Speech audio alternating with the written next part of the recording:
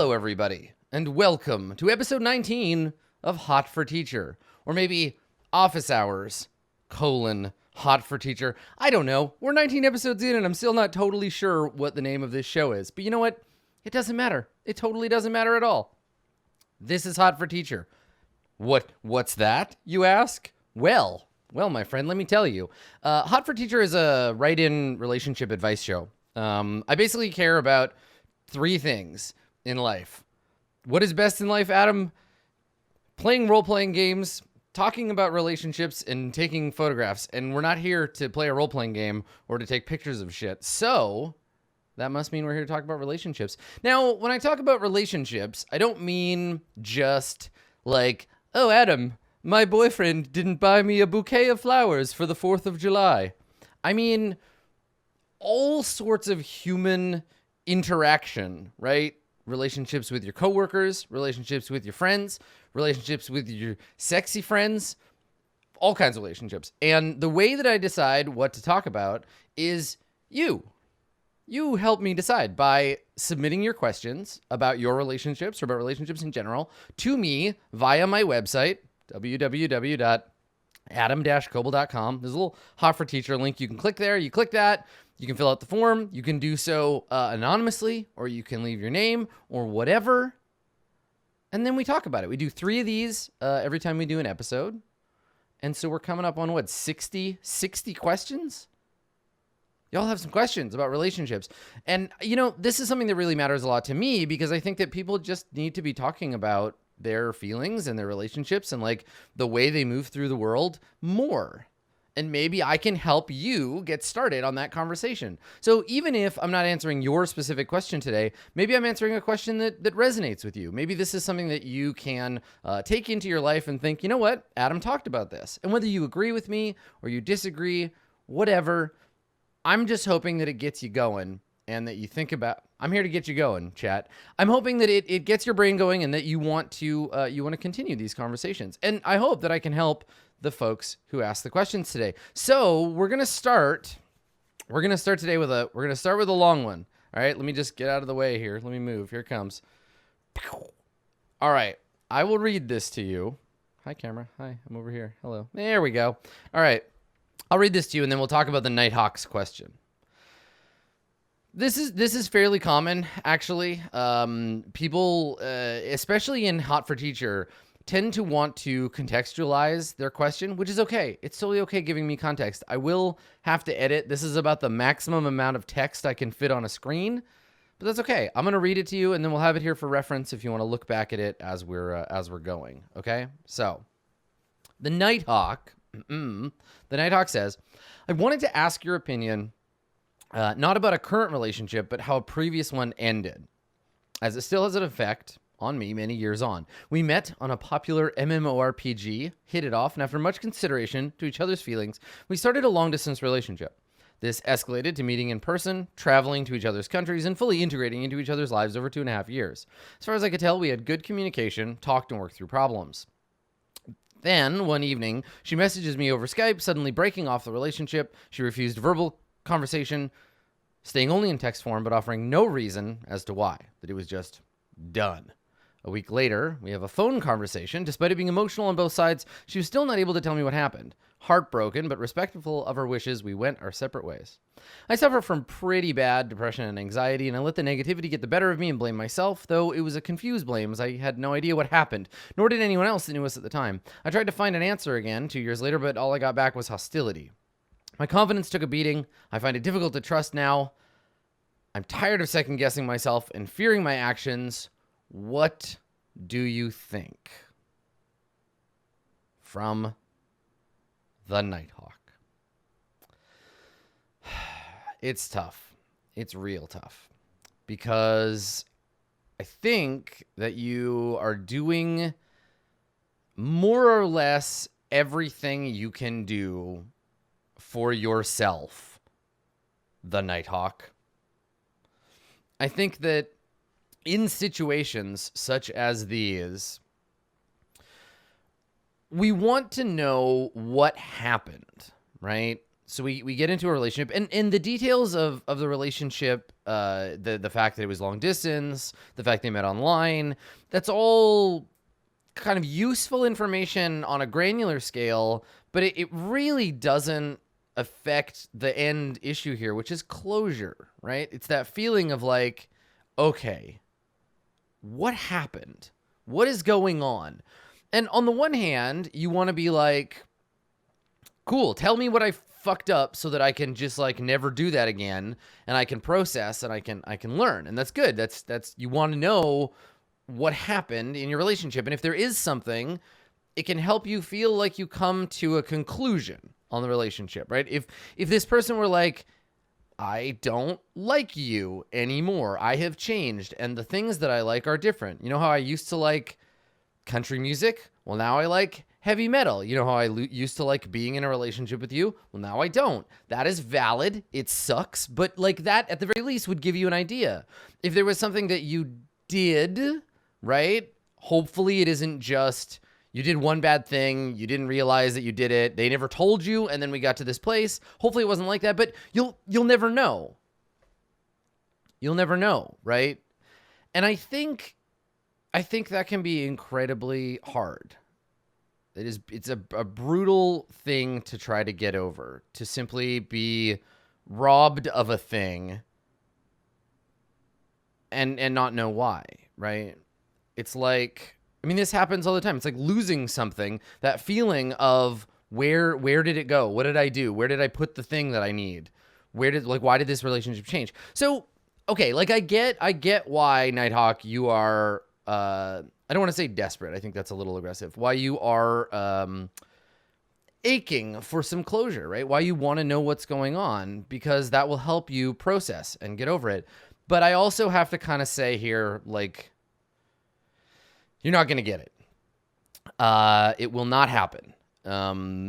For whatever reason, and I'm sure that you, Nighthawk, have come up with every possible conclusion. You have probably thought over every detail of your relationship, trying to find what happened.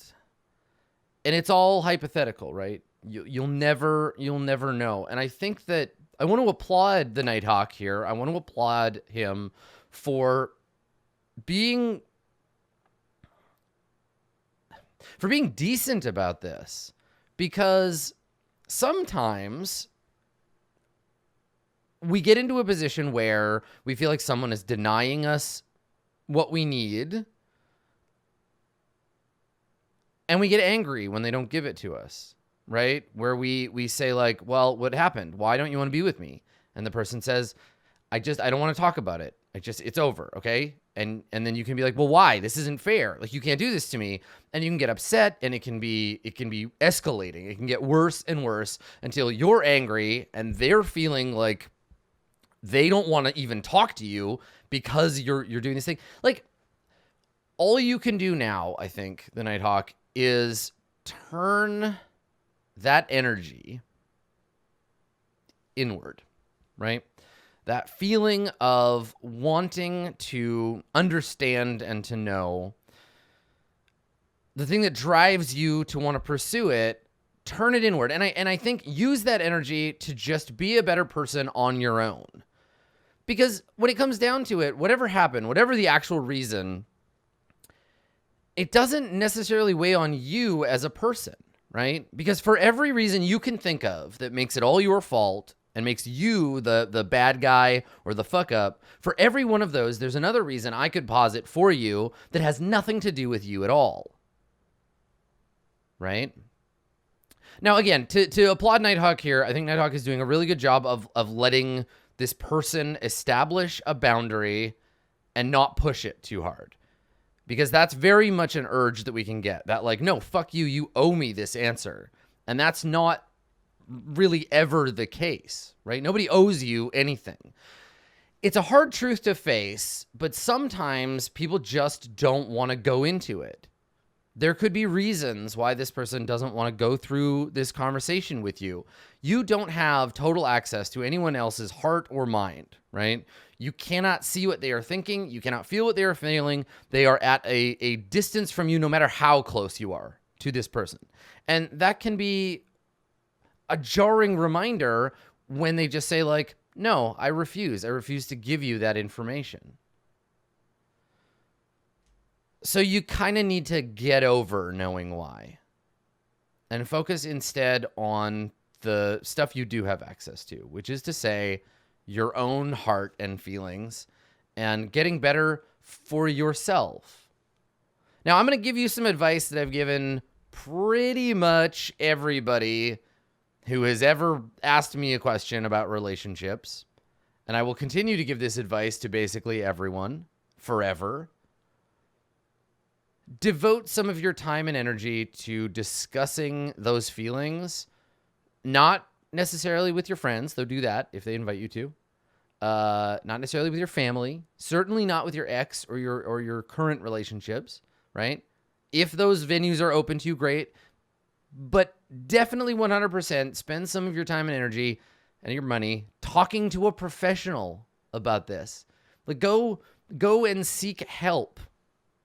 Go and seek help. Because there are people whose job it is to teach you methods for letting go of those feelings, right? Like, yes, in a perfect world, the person you were with would have said to you, I am no longer interested in being in a relationship with you. Here is a list of reasons why that is true. And then you could take that list and you could work on it yourself and you could assess it and understand it. And you could go to your therapist and you could say, here's a list of reasons why this person broke up with me. And then your therapist would say, well, okay, that's not a list of things you need to fix about yourself, but we can talk about that. And they will be equipped to help you figure that out. But when it comes down to it, when it ultimately comes down to it, nobody else can be expected to give us anything, right? Now, you can judge this person, and certainly we all do. We judge people based on their behavior, and you can judge this person and assess what you think about them, right? Like the fact that she did not give you a reason and simply ended the relationship and bailed out, if you want to, you can think less of her for that. That is your right as a person who has formed opinions about the world, but she doesn't owe you an explanation, and you're doing a good job. I'm gonna reaffirm you here. It sucks. It's a hard thing, but you're doing a good job, Nighthawk. Just like deep breaths.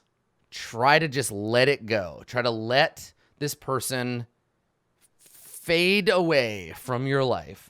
And like maybe someday in the distant future, this person may come back to you and be ready to talk about this, but don't build your whole life around that.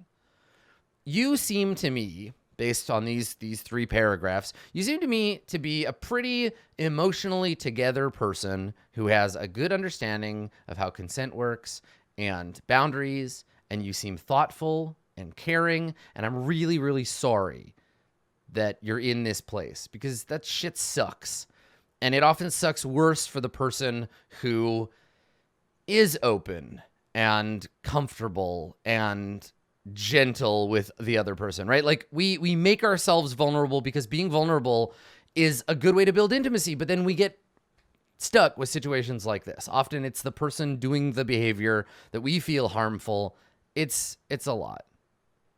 So I understand this was a long time ago and you've come back and there's been some hostility. It's obviously not time. Like you're going to have moments of weakness. There are going to be times when you want this, but really, seek help and try to put it behind you. I do not think this is a healthy relationship to pursue at all.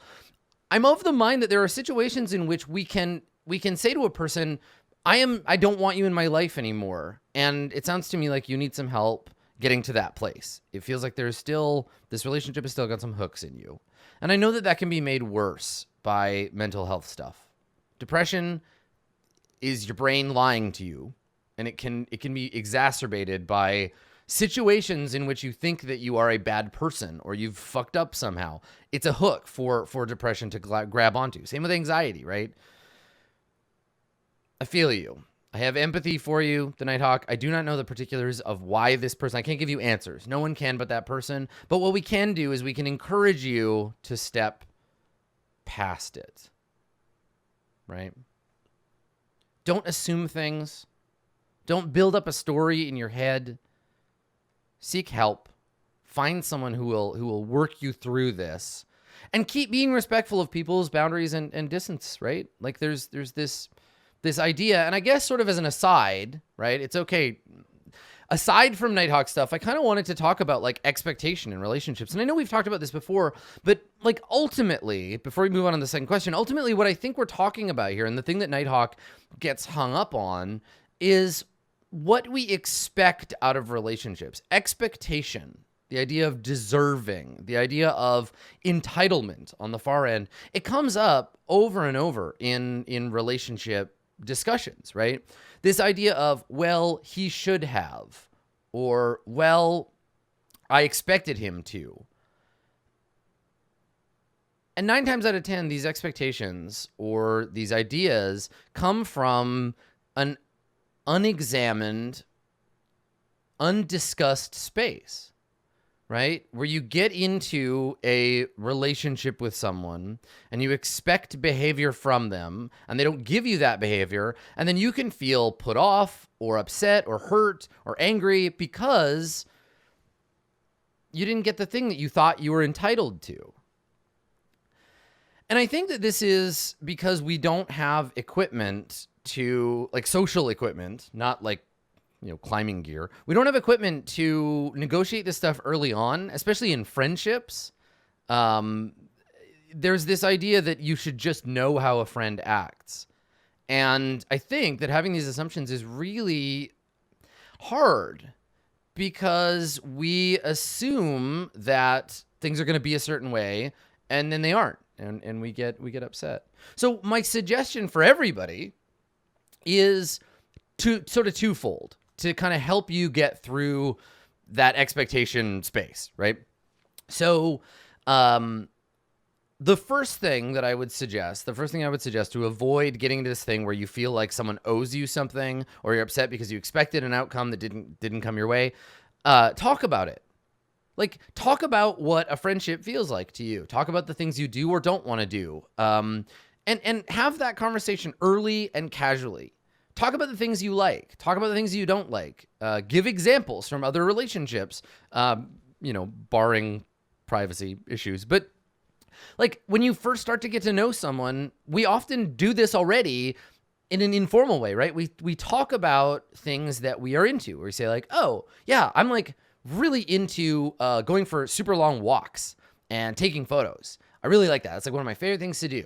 So what I'm saying is I'm flagging to someone that this is something that I am interested in. So I feel like it's not too much of a jump to take that step forward and say, let's talk about what I like in a friend. What kind of stuff feels like a good friendship for me? Because that's just like a great subject to talk about with someone when you get to know them. And it fulfills that dual purpose of expressing who you are and the things that you like and value, and inviting someone else to do the same. And then it's just like conversational topic. It's a nice sort of first date thing to talk about when you first get to know someone.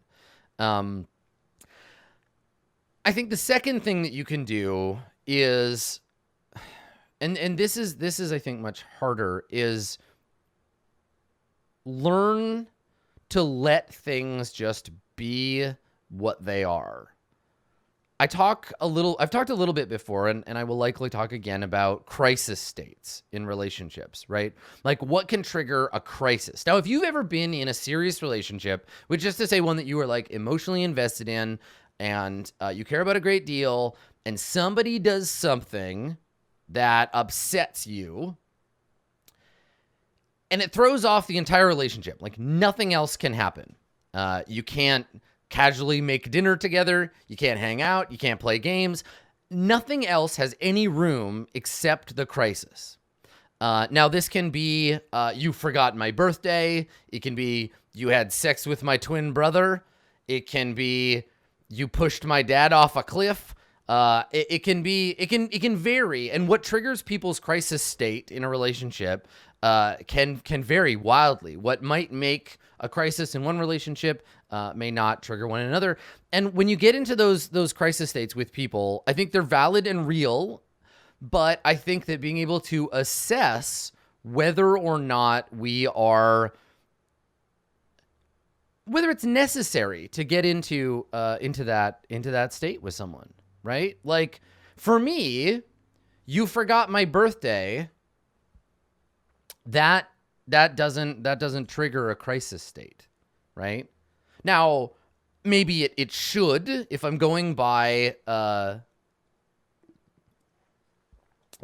societal expectations. Maybe that's something that I could get really upset about, right? Right. Dorian in chat just pointed out this is like, oh, this is a primo one. So if you're watching a TV series with somebody and you have watched the first 3 episodes together and then they watch an episode without you, for some people, it's like, no big deal. I'll just watch it and catch up. For other people, it's like, how fucking dare you? You have deeply betrayed me and I will never speak to you again. Crisis state trigger, right? Talk about those with people. Talk about those with the people that you are close to, and try to. Now, I don't want to advocate for telling people not to feel what they feel, because that's crazy talk. But I would like to suggest taking a moment to understand what triggers that crisis state for you, and try to lower that bar a little bit.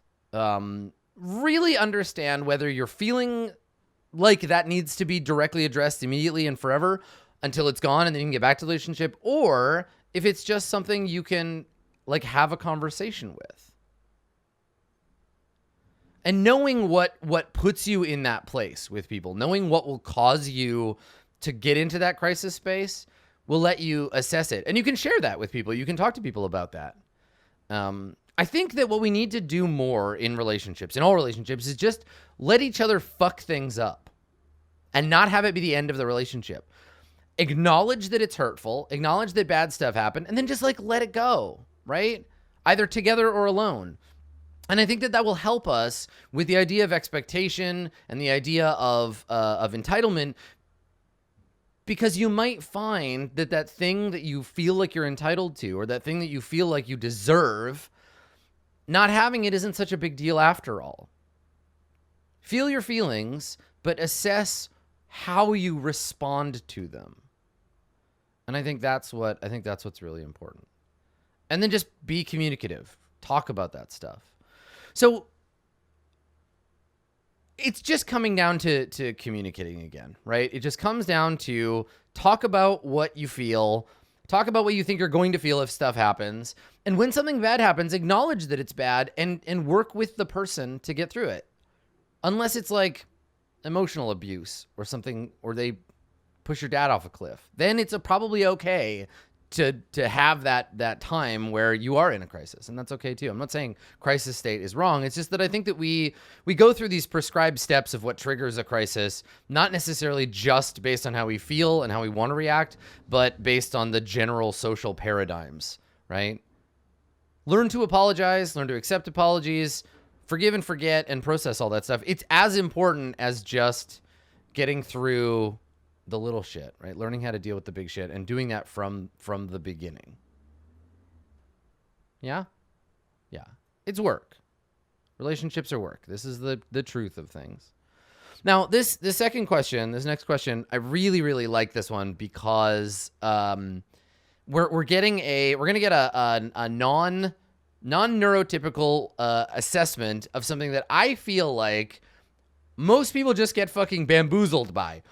I'm going to ask you a question. If you're watching this live, you can just answer. We can talk about it in chat. If you're watching this on YouTube, please begin a discussion in the comments. I'm going to ask you a question at the end of this. I would love to know what you think, because I've got some fucking opinions about this shit. All right. Not Rain Man. Such a good name. Not Rain Man asks, Dear Adam, how do I know if I love someone? I'm autistic, and I'm in a romantic relationship with someone. He's very kind, and I do feel a fondness for him, similar to what I feel for some of my friends, or cute animals. I like being around him. I feel supported by him, and I enjoy doing sex stuff with him. When he says nice things, I smile. When he's upset with me, I'm sad. And when he gives me things, I'm very happy and grateful. Yet I cannot grasp what makes our relationship different from that which I have with other friends. Besides it being called a romantic relationship, how would I recognize if I feel romantic feelings towards him? And if I don't, would it even matter? If he feels love, quote unquote, for me romantically, and I feel love, quote unquote, for him in a friendly and fond manner, does that not mean we can still have a romantic relationship? From Not Rain Man. This is so well phrased.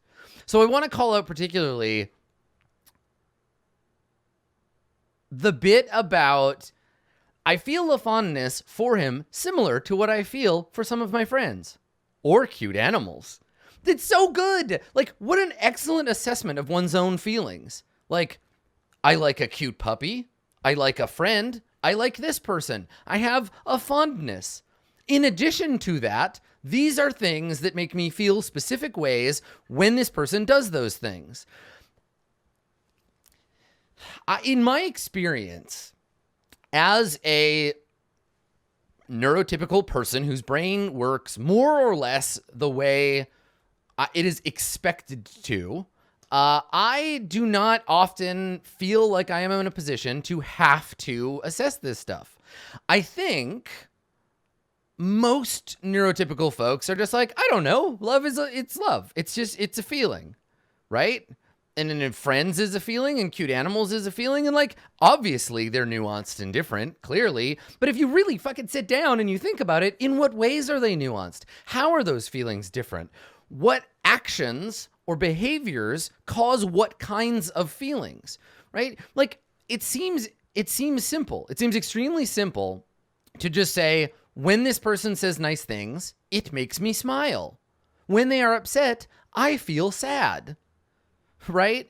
And on top of all of this, there is the fact that this is not a heterosexual relationship. This is a queer relationship between two men. And so as a queer person, you get this whole other layer on top of that. And chat pointing this out, this whole other layer on top of that where you're like, do I like them because we are friends, or do I admire them in a way that I want to be like them, right? Do I look up to them, and am I expressing that through romance? It can be very confusing, and I blame language. I blame language for this. So let's talk about that. I don't like romance. I don't like it. I don't like love. I don't like romance. Conceptually, I think they're fucking stupid. Because I think that they are products, not feelings. I think that they are products, not states. I think that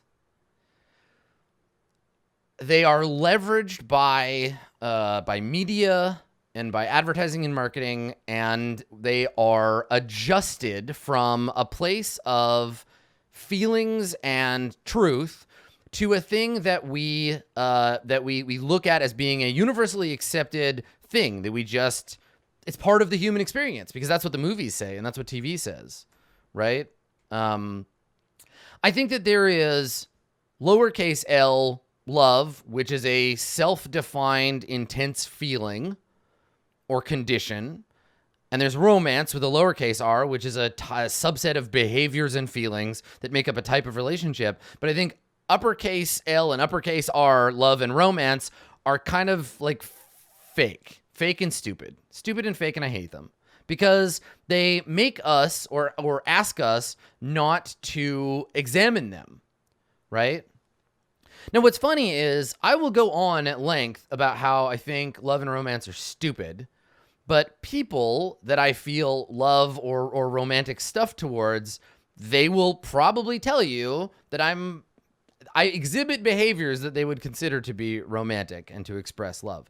But what it is that I think that we have this assumptive thing, and every time somebody says, you're going to know the one when you meet them, or love at first sight, or you'll feel love when you know it. It's like, love is like pornography. You know it when you see it, but you can't define it otherwise, which is just such horse shit. It's horse shit, right? Because love is expressed in so many different ways, right? I love Dark Souls. I love role-playing games. There are people that I love. So what I think love is an externalized ideal of recognition points for a subset of your feelings, right? It's a way to say, okay, I feel this thing, I want that thing, this must be love. But that's not the case. I would like to believe that instead of the heteronormative romance mythology we've been given, I would like to believe that love is something that you get to decide its details for yourself. Like, not Rain Man, does it serve your truth to say I love you to this person? Do you feel comfortable talking with this person about what that means to you? When you tell someone I love you, how assured can you be that they know what you mean?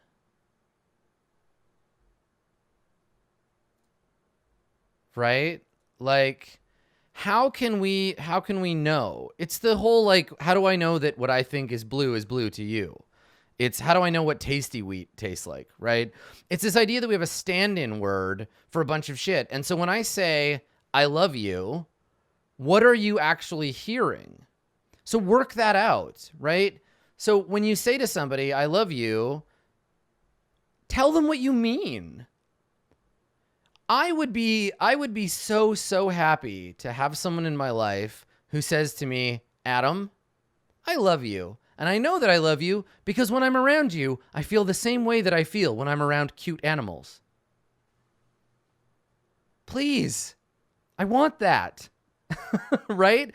I also would love to hear someone say, I love you. And I love you because I worry when I think that you feel sad, and I want you to feel like you are a successful and happy person, and I will do everything I can to support you in the things that you are passionate about. That's love too. I love you the way that I love ramen. It's different. You wouldn't, right? Like we are allowed to express love in a bunch of different ways because I think that love is the tip of an emotional and behavioral iceberg, right? I think that what's great and I feel like it's so exciting to be able to express that with someone, right? Like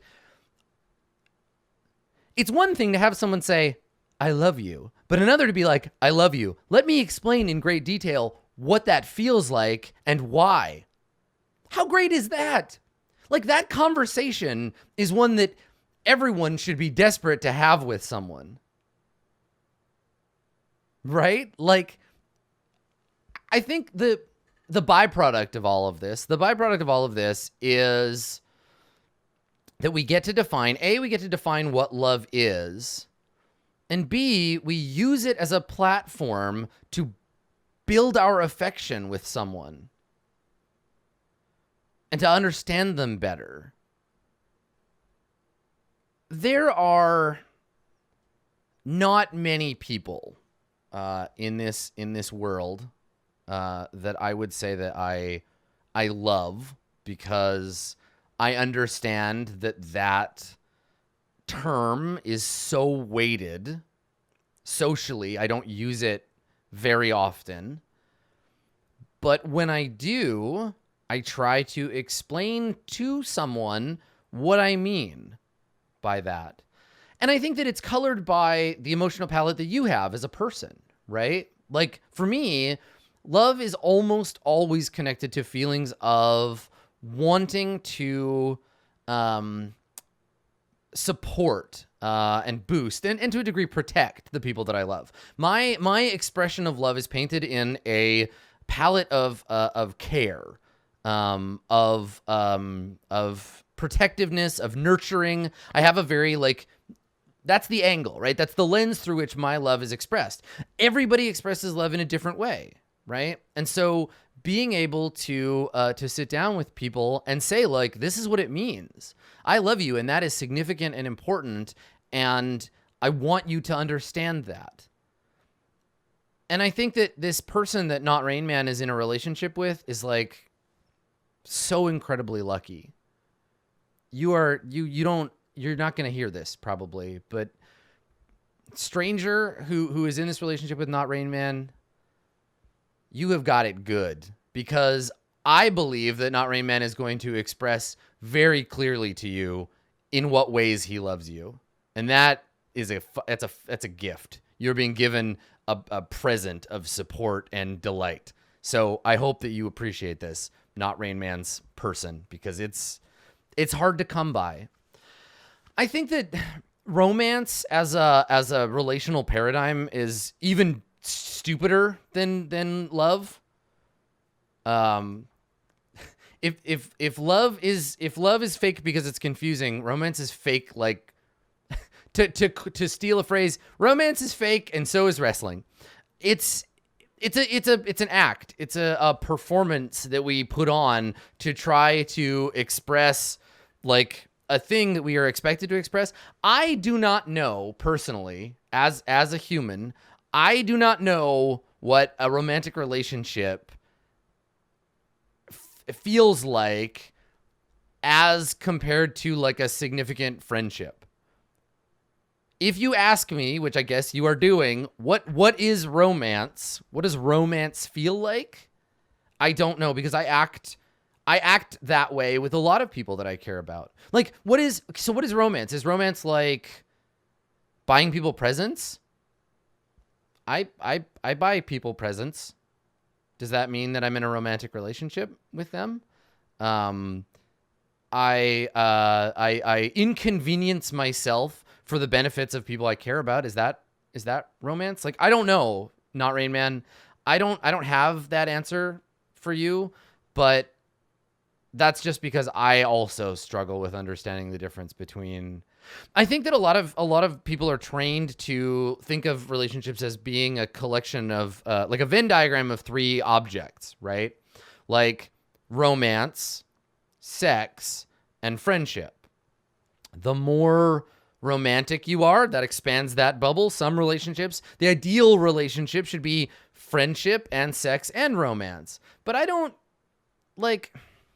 know. And is romance, do you have to have sex or physical intimacy to build romance? I don't know. I'm not good at it. For some people, romance is that all of those, like, I don't know. I'm at a loss. I cannot answer this question for you, but I would like to invite everybody to assess and try to understand what is the difference between a friendship and a romantic relationship. What is romance? How do you know what that is? I'm gonna tell you a secret though, Not Rain Man. I'm gonna tell you a secret. Okay, you want to know? It doesn't matter. It totally doesn't matter. It's irrelevant. Like, it doesn't have to matter. For you and your person, you can both decide what your relationship is. And if him having mushy romance feelings towards you and you being fond of him, like a deep friendship and also a cute kitten, that's, you have a relationship, and it can be whatever you want. And that's love if you want it to be, and you can build it for yourself, right? You get to decide, Not Rain Man. And in the same way you have analyzed and understood your own feelings towards this person, the two of you can sit down and you can work out what it is that makes up your relationship. You are allowed. I'm giving you permission, but it's not like I'm the person who's the authority about this, because there isn't one. But I have a deep belief that every person and every person they are in a relationship with should define the things about the relationship that they want or do not want in them and what that feels like, and continue to check in and just like be good to each other, right? You get to decide what love is. That's the real answer here, not Rain Man. The power is you. So sit down with your person and talk it out and be like, yo, for us, what is love? All right. Rose brings us question number 3. Rose says, I've been in a relationship with my girlfriend for over a year now. And after a lot of soul searching, I've realized I'm not as physically attracted to my partner as I am romantically attracted to her. Rose, what does that mean? Help me understand, Rose, please. I have issues in bed and it can be stressful sometimes, especially since she's a very sensitive person with low self-esteem. I love her very much, but I just don't find her super attractive physically, and I'm very sad and ashamed of that feeling. And then this is the bit that really hurts. Is there any way I can shift my way of thinking or something to help with our sex life? So, Rose, you don't have to. You don't have to shift your way of thinking or something. You don't have to fix this. You are not a broken problem here. It's okay to not want to have sex with someone you are romantically, like, deeply in love with. You are completely allowed to express your feelings and to have those feelings and to build a relationship with a person without ever wanting to have sex with them. Or you can have sex with them and it can be awesome, and then you can change your mind and you can change it back. And like, they are going to make decisions about whether they would like to be with you in a relationship, and you cannot control that. But please, please, please, please do not think that you have to fix something about yourself, or that not wanting to have sex with someone is in some way wrong. The default state of a human being is to not be in a relationship, to not be having sex with people. Like, these are just, the innate state is to be alone on your own, having a relationship with yourself. We desire relationships as people. That is often a natural thing. We desire wanting to be close to people. Some people desire sex. Some people desire romance. But ultimately, we fall back to a place where we have only ourselves. And the reason that I say this is because, for me, I find it very helpful to look at relationships as being an addition to my own life. I focus on keeping my own shit together and keeping my life good. And then everything else is extra and beneficial, right? It's nice on top of that. And if it's not nice, if it's not good, you don't want to add negative value to your life. And so you want to get rid of that bad stuff. And right now, the bad stuff is not you not wanting to have sex with this person. The bad stuff is your feeling that you are innately broken or wrong, right? Let's I know you don't need my permission for this, and I know it might not help, but I'm going to just say this. Rose, you're fine. It's okay to not have those feelings, okay? So start there. Start by trying to accept that you don't need to fix this problem. And then talk to the person that you're with and be honest, right? Say to this person, hey, I'm struggling with this. I love you very much, but I do not feel attracted to you. And that's going to be hard. That's going to be a hard conversation to have. They are going to feel upset and hurt. That's just the reality of the situation. Lying to this person about it, telling them that you are working on it, or like whatever, it doesn't work. It's not going to work for you. It's going to make you feel bad. I have been in relationships where the sexual aspect has fallen away, where I'm not interested in doing sex stuff with that person anymore.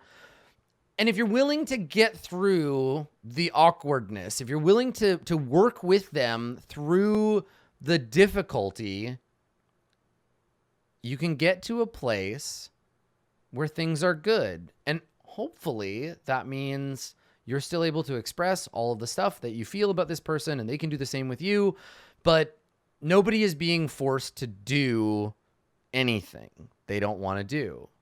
Now, especially in long-term relationships, there's fluidity around sex, right? Just because you don't want to have sex with someone today doesn't mean you won't tomorrow.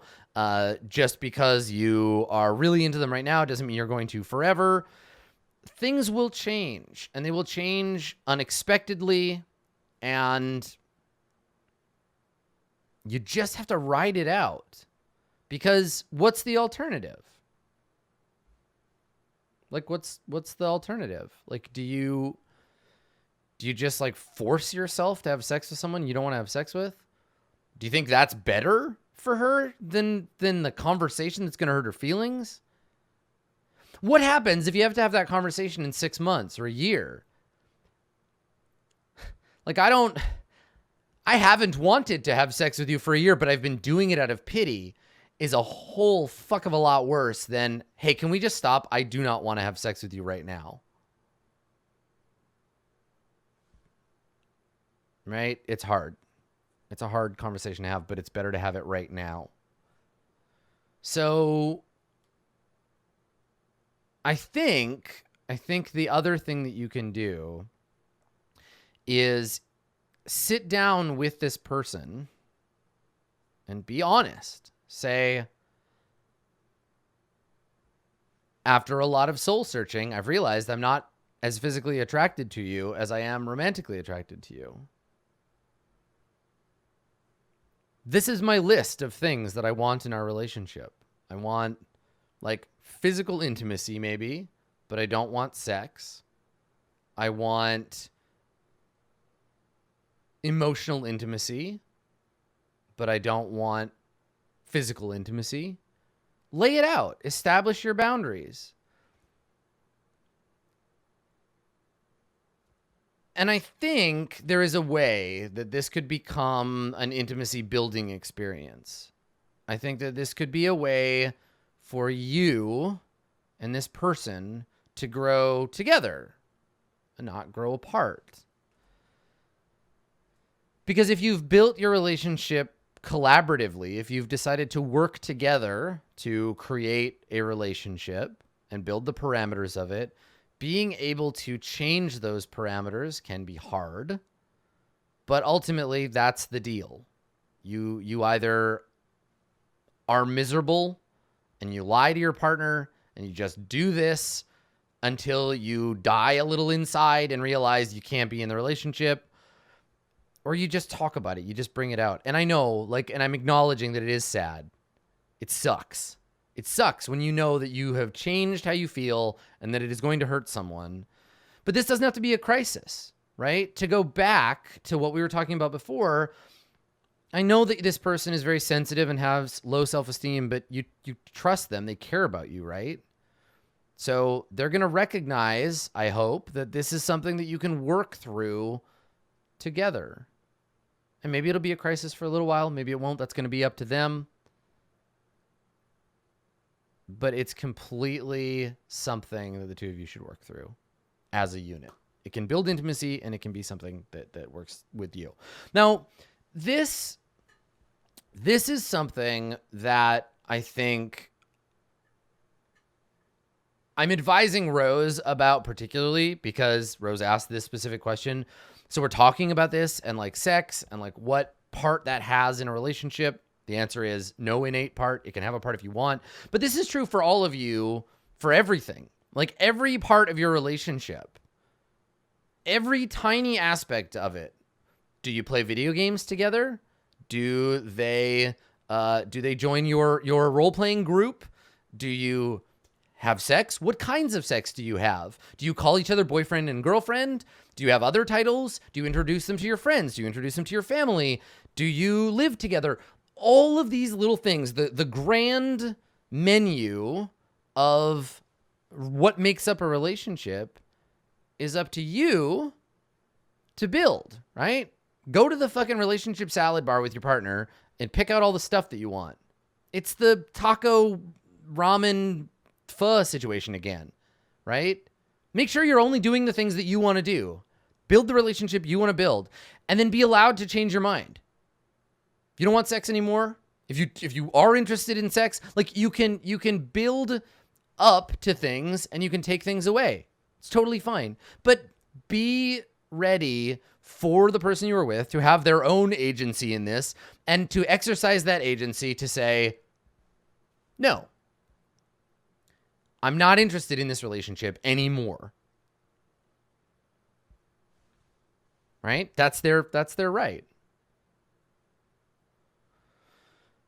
The more you have these conversations, the better you're going to get at your time at the relationship sizzler, right? The better time you're going to have with this relationship and with others. And sometimes that means having the hard conversations. And I believe in you, Rose. It's going to be hard and it's probably there's going to be some tears, but I think you can do it.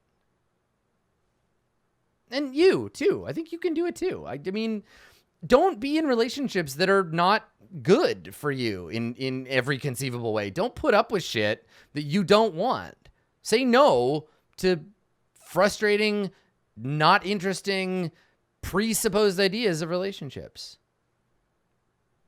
You're only going to be alive for so long, and then you're going to die. And I do not want you to get to the end of your life and think, God damn it, I should have listened to Adam, and then die. Listen to me now. Be your own person. Exercise your agency. Exercise your agency and go to my website and fill out the form and submit your questions, and I will help you. I will help you with your own personal problems. You like that segue? I thought that was a good one. So this has been episode number 19 of Hot for Teacher.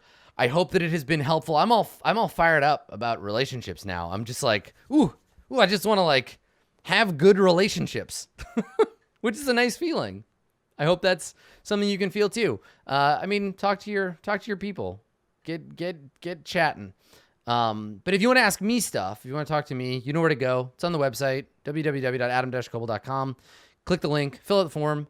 We'll be back in a little while with more questions from you for me. So thanks for coming, everybody. We'll see you next time. Bye for now.